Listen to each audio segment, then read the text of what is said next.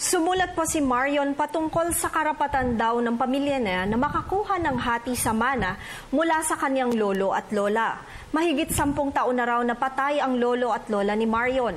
Ang naiwan daw ng mga ito ay ang mga kapatid ng kanyang ama dahil sa nauna nang pumanaw ang ama ni Marion sa mahigit ng 20 taon.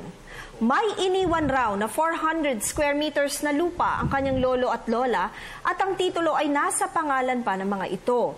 Ayon kay Marion, updated naman ang real property tax patungkol dito.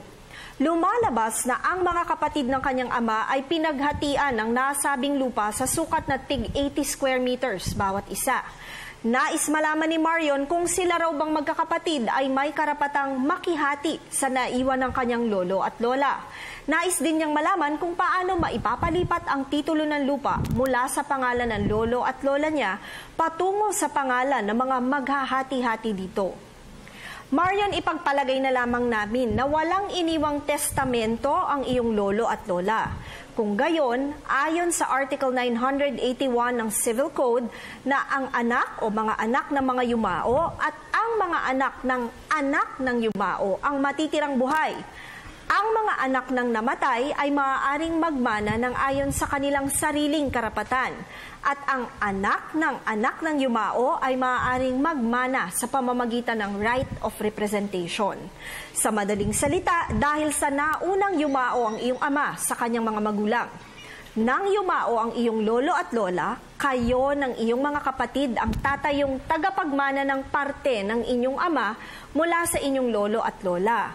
Ang share ng inyong ama na paghahatian ninyo ay kapareho ng share ng ibang kapatid niya. Patungkol naman sa tanong mo kung paano ninyo maililipat ang rehistro ng titulo mula sa pangalan ng iyong lolo at lola sa pangalan naman ng iyong mga tiyuhin at tiyahin at sa inyo, kinakailangan itong dumaan sa prosesong legal. Kung maaaring mag-extrajudicial partition ng mga naiwan ng mga yumao ay mas maigi. Subalit, kailangan ninyo munang malaman kung may natitira pang utang ang inyong mga lolo at lola bago pa magkaroon ng hatian. Bukod dyan, kinakailangang mabayaran ng mga naiwan ang estate taxes na kaakibat nito. Tandaan na ang aming opinyon ay limitado lamang sa mga impormasyong inyong ibinigay sa amin at maaari itong mag-iba, depende pa sa karagdagang detalye.